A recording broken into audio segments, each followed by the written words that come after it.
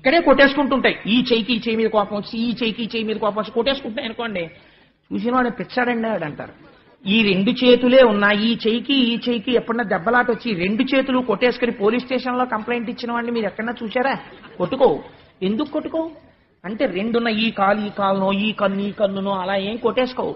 ఎందుకనంటే మనందరం ఒకటి, అయ్యో ఈ శరీరానికి చెందిన వాళ్ళం అని చూస్తాయి. అలా ఒక కుటుంబంలో తండ్రి స్థానం ఇది, భార్యాస్థానము బిడ్డల స్థానము ఇది. సమస్య ఉండొచ్చు, కానీ ఆ ఇంట్లో ఎలా ఉండాలంటే శరీరమునందు ఏకత్వం ఉన్నట్టు, దీని ఆలోచనలు ఇది మన్నించినట్టు నీవు కూడా విని నీ ఇంటిని ప్రశాంతముగా ఉంచుకుందువుగాక. ఇన్ని సమస్యలో ఇలా పెడుతున్నాయి, ఎన్ని ఆర్డర్సో కిందకెడుతున్నాయి, ఒక్కటి పైకి వినపడుతోందా? ఇల్లు అలా ఉండాలి. ఇల్లాలు నోరు పైకి వినపడకూడదు, అంత అందంగా ఉండాలి చక్క పెట్టడం. ఇల్లాలి సమర్థతే ఇంటి ఐశ్వర్యానికి కారణమవుతుంది. అటువంటి ఐశ్వర్యం ఎక్కడి నుంచి వస్తోంది? ఇల్లాలిలోంచి వస్తోంది. అందుకని ఇది మంగళసూత్రము. ఇలా వినబడేటట్టు మా ఇల్లు ఉండుగాక. ఇంట్లో అరుపులు కేకలు, లేచిన దగ్గర నుంచి దెబ్బలాట్లు కేకలు, పిల్లలు తండ్రి మీద, తండ్రి పిల్లల మీద, వాడు ఈ ఛానల్ పెడతానని వీడు ఈ ఛానల్ పెడతాడని రిమోట్ కంట్రోల్ విసిరేసి, ఈయన కాఫీ విసిరేసి, ఆవిడేమో స్టవ్ ఆర్పేసి పని పిల్ల మీద కేకలేసేసి, పని వాళ్ళు యజమాని మీద కేకలేసేసి, నా అల్లరి, దీనికి తోడు ఇంట్లో జంతువులు, ఇదంతా కూడా పెరిగిపోయాయి అనుకోండి. ఇంకా ఆ ఇల్లు ఇల్లులా ఉండదు. ఎక్కడుంటుందండి? లక్ష్మీదేవి పారిపోతున్నాయి ఇంట్లోంచి, దరిద్రం వచ్చేస్తుంది. కాబట్టి ఎందువల్ల లక్ష్మి ఉంటుందో, ఇల్లు ఎలా ఉండాలో మనకి చూపిస్తోంది లక్ష్మీ కళ్యాణ వైభవం.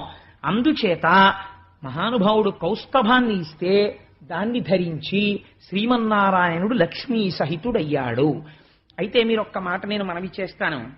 ఈ లక్ష్మీ కళ్యాణ ఘట్టం అన్నదాన్ని నేనైతే అనుకుంటున్నాను, అసలు ఇంట్లో ఉన్నటువంటి స్త్రీలు, పురుషులు చదివితే చాలా మంచిదే, వాళ్ళకి ఎప్పుడో అప్పుడు సమయం ఉంటుంది కాబట్టి అసలు ఈ లక్ష్మీ కళ్యాణ ఘట్టం అనేటటువంటి దాన్ని చదువుకుంటూ ఉండాలి, కనీసం ఆ లక్ష్మీ ఆవిర్భావం దగ్గర నుంచి.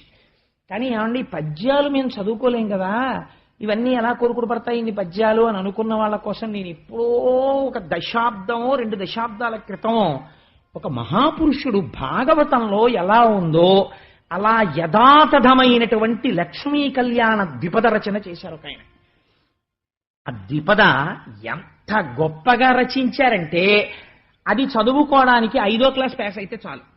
మీరు రోజు ఇంట్లో లక్ష్మీ కళ్యాణం చదువుతుంటే ఇల్లు లక్ష్మీ నివాసమై ఉంటుంది.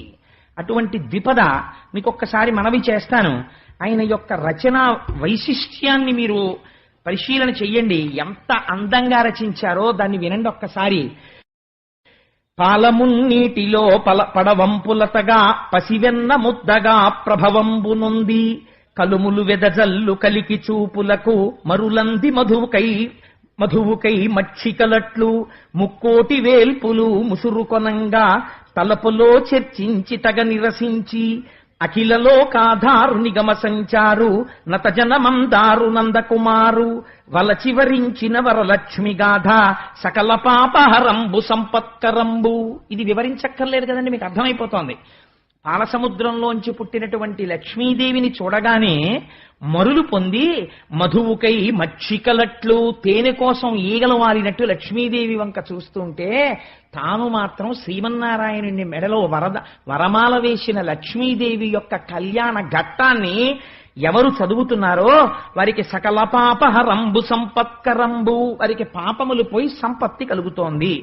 ఘనమందరాద్రిని కవ్వంబుగాను వాసుకిత్రాడుగా వరలంగ చేసి, అమృతంబు కాంక్షించి అసురులు సురలు చిలుకంగ క్షీరసాగరము, పరమపావనమైన బారసినాడు మెలుగారు తొలకరి మెరుపుల తిప్ప, ఒయ్యారముల లప్ప ఒప్పుల కుప్ప, చిన్నారి పొన్నారి శ్రీ మహాదేవి అష్టదళాబ్జమందావిర్భవించే.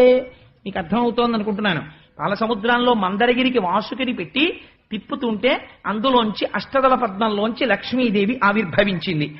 నింగిని తాకెడు నిద్దంపుటలలు తూగుటుయ్యాలలై తుంపెసలారా, బాలతా నటుతూక పద్మమ్ము ఛాయ కన్నెతా నిటుతూగ కలువ పూచాయ, అటు తూగి ఇటు తూగి అపరంజి ముద్ద వీక్షించుచుండగా వెదురు మోసట్లు, పెరిగి పెండిలి ఈడు పిల్లయ్యనంతా.